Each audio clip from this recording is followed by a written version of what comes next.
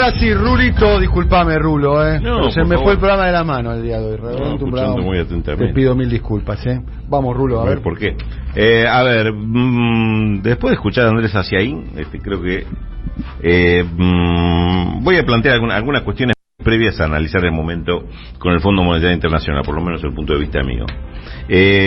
Comparto lo que decía Andrés que respecto de que el acuerdo del fondo no tiene ninguna de las ventajas que se plantean que podría tener, y mucho menos el que tiene que ver con que podría dar alguna estabilidad macroeconómica. No la va a garantizar el fondo, y al contrario, de acuerdo a lo que se firme, puede condicionarlo todavía más.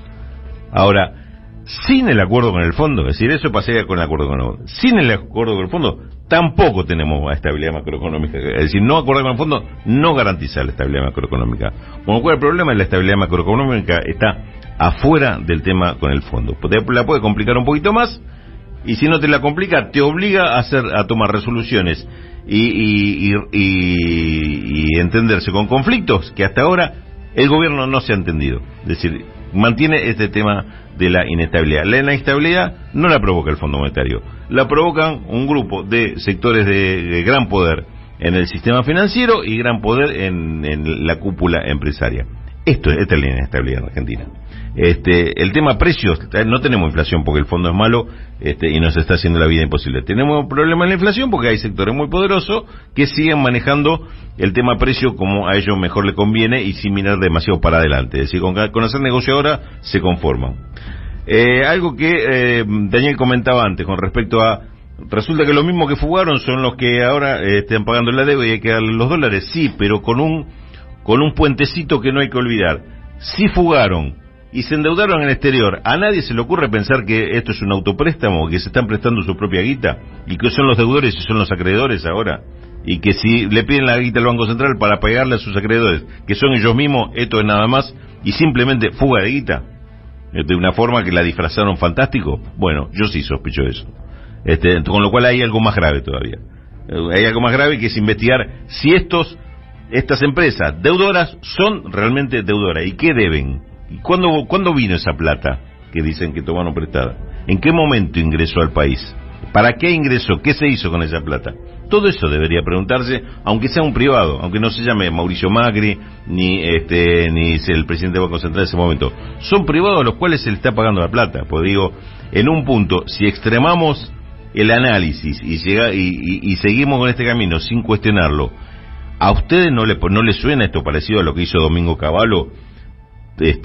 Haciendo pública, nacionalizando la deuda privada, porque en definitiva, si estamos pagando con dólares el Banco Central, es que no tiene el Banco Central la deuda de lo privado, y si esto no es nacionalizar la deuda, a mí me suena que se me parece demasiado, y estamos hablando de hechos gravísimos en la historia argentina, como el del 82, cuando Domingo Cavallo,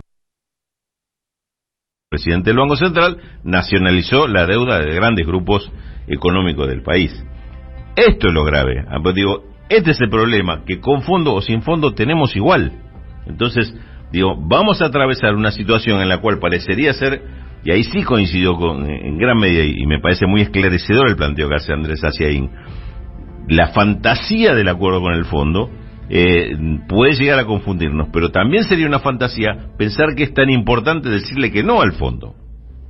En todo caso, el no al fondo tiene que estar acompañado con una política muy firme que está faltando. Y si le decimos sí al fondo, pero a partir de eso reivindicamos nuestra soberanía, decir sí al fondo, pero respetando nuestra soberanía, va a haber que tomar política que no sé si al fondo le van a gustar. Y la verdad, como dice Daniel, tampoco me importa si le gustan o no le gustan. La tenemos que hacer.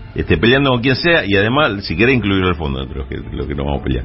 Es decir, son temas muy graves y la Argentina está padeciendo estos problemas, y claramente los va a padecer en esta etapa que se avecina. ¿Por qué? Porque el tema, lo decíamos ayer, el tema del crecimiento económico, que fue muy importante en el año 2021, ahora corre un gran riesgo de no poder continuar, y no solo por lo condicionante del fondo, sino condicionante de todos estos desequilibrios que se están produciendo, especulando con que sí, con el fondo no se resuelve, sí, con el fondo se resuelve, pero mal. Sí, no, el problema lo están creando acá, El problema del dólar a 2.20, el problema de la inflación al 50 y pico %, el problema de un gobierno acorralado para hacer políticas, es problema interno con los sectores de poder interno, no es con el fondo. Entonces, si eso no se resuelve, tenemos ganado el desequilibrio por 2 años y un gobierno que va a llegar a los tumbos a las elecciones de fines del 2023. Este es el problema que hay que plantear.